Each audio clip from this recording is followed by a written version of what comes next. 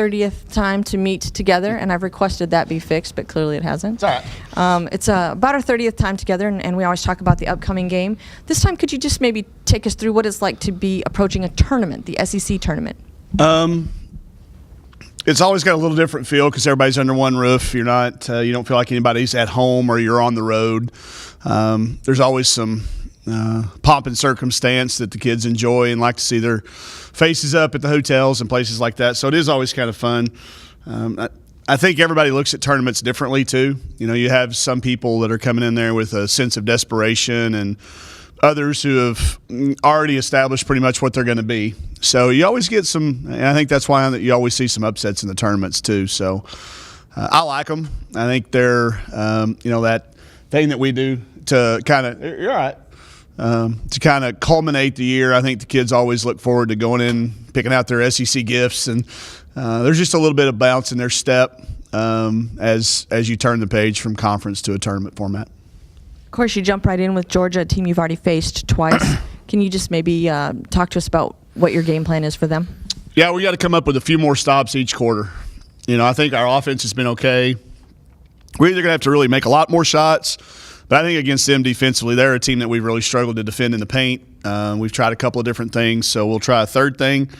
I am not going to try the same thing over and over and expect a different result. We will try some different things, but it's a hard matchup for us because they have really, really athletic guards that can keep you out of the paint. And if you do happen to get by them, they've got the best shot blocker in Georgia history and one of the best in the game to do it. So it's, and I'm not that whole it's hard to beat somebody 3 times in a year guy. It's not if you're better than them. So we'll have to play better, but we're going to really focus on, it feels funny for me to say out loud, but we'll really focus defensively the next 2 days trying to come up with a couple more stops each quarter.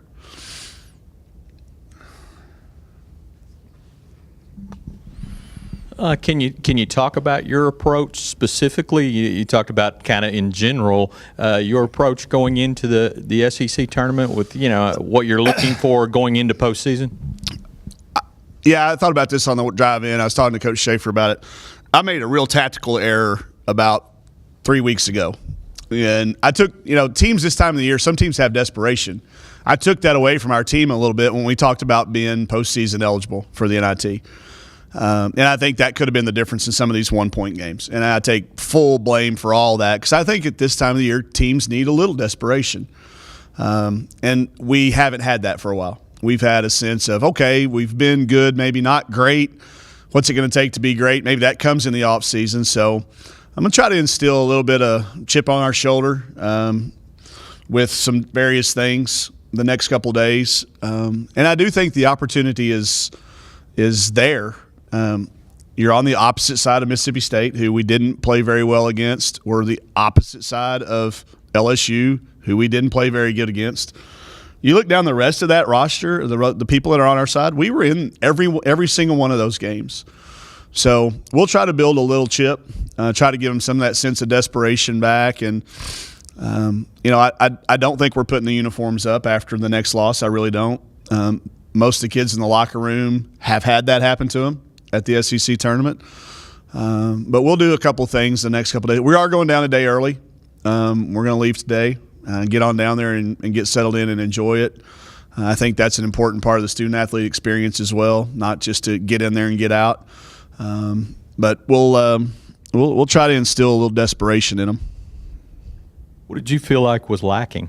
Is there something specific that you can put your finger on, or is it one of those? A little bit of killer instinct, that coming up with that one loose ball. And you can go back to a lot of, the Kentucky game is the one that's going to keep coming back and back to me because I think Kentucky's a very, very good team. I think they can go deep in the tournament. They have a lot of great players, and we were within 1.8 seconds of coming up with a big win. But then you go back and even in a microcosm, you look at A&M the other day, we get down, we come back like we have traditionally done. There's a shot clock. We force a shot clock violation, and the buzzer goes off, and we all stop, and they rebound and stick it back in. So some of it all goes back to that desperation. I just think that sense of urgency, it's like, okay, we still get to play again. So I think I took that from them, and I hate that I did that. It wasn't intentional. but it was just a tactical mistake on my part, I think, because I do think we've not had that sense of desperation for a loose ball at the end of the third quarter that could have been the difference in the Kentucky game, or could have been the difference in some of these, 1 or 2 point games. I look down here, I was looking at, that's why I had Jerry bring last year's stats. I look at, and we all are, about how we've improved. I mean, you have to be that way as a coach, otherwise you drive yourself crazy. And I look at the scores from last year. A&M beat us 104-60. Y'all remember that? Was not much fun. And I think South Carolina beat us 90 again, Jerry. I can't. I'm getting great pictures of your dog, but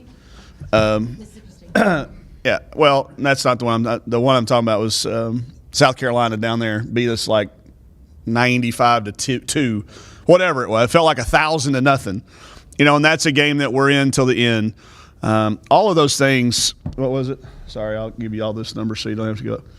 90-42. You're right. So I look at that and I see the improvement, and I just, we can't celebrate a win, and that's the rebuilding year. That's the hardest part about year 2, is the invisible results. The records flipped around. I think we went into the tournament last year 13-17 or something like that, because we finished 13-18, didn't we? So 17-30, we flipped the record around. We've closed the gap on very, very talented teams. We're not playing in the play-in game. So, there's always a year. At Washington, it was the year that we went to the NIT, or to the NCAA tournament first round, and we were so satisfied, and we got our tails kicked because we were already satisfied. And I should have learned from that this year, but I didn't, and I took that desperation away from them. We'll get it back. Anything else? Yes. Yeah. Coach, it's been a long season, a tough season. How are your players looking, physically, mentally? I think we've got the normal bumps and bruises physically. We've probably, knock on wood, been more, again, and this goes back to our strength and conditioning staff, it goes back to our athletic training staff, and it goes back to how we practice. We haven't had significant, IT missing 3 or 4 games was, what did she miss, 7? I think she missed 6 or 7 games. Last year we didn't miss practices, and we missed very few of those again today. So I think they're good mentally. I think they're good physically. I do think we're continuing to play really good basketball. The schedule was just loaded at the back end of it. So I think there is a sense of excitement going into the postseason. It's been a while since some of these kids have played beyond into spring break. We're having to have that conversation. Coach, we got spring break. It's a good thing when you have to not make spring break plans.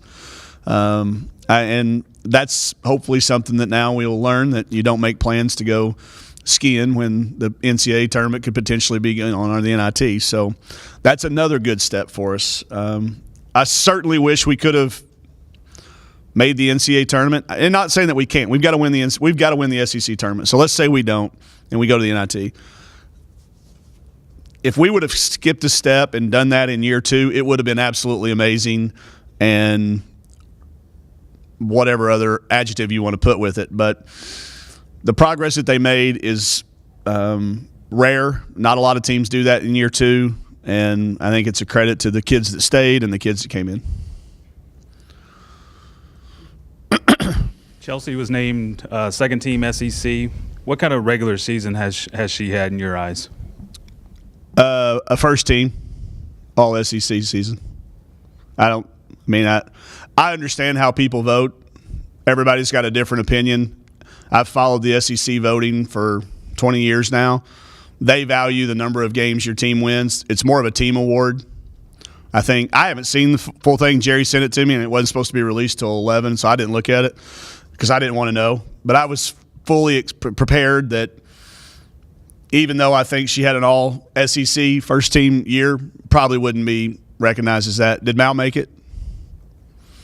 I was also worried we'd split votes. We didn't win enough games to probably – this is a really hard league to make an all SEC team because we only take 8 on the first team with 14 teams. If you look at the other leagues, sometimes it's split up differently. It's a really hard league. Plus, particularly this year, you had a lot of kids that were seniors.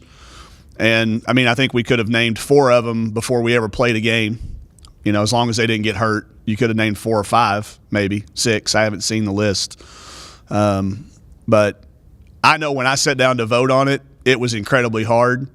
So I can see how that would be tough. But I think both of those kids had seasons to be recognized. I also think both of those kids probably don't care as much as me and you do about it, because they care about what our fans think, their teammates think, their coaches think, our fans.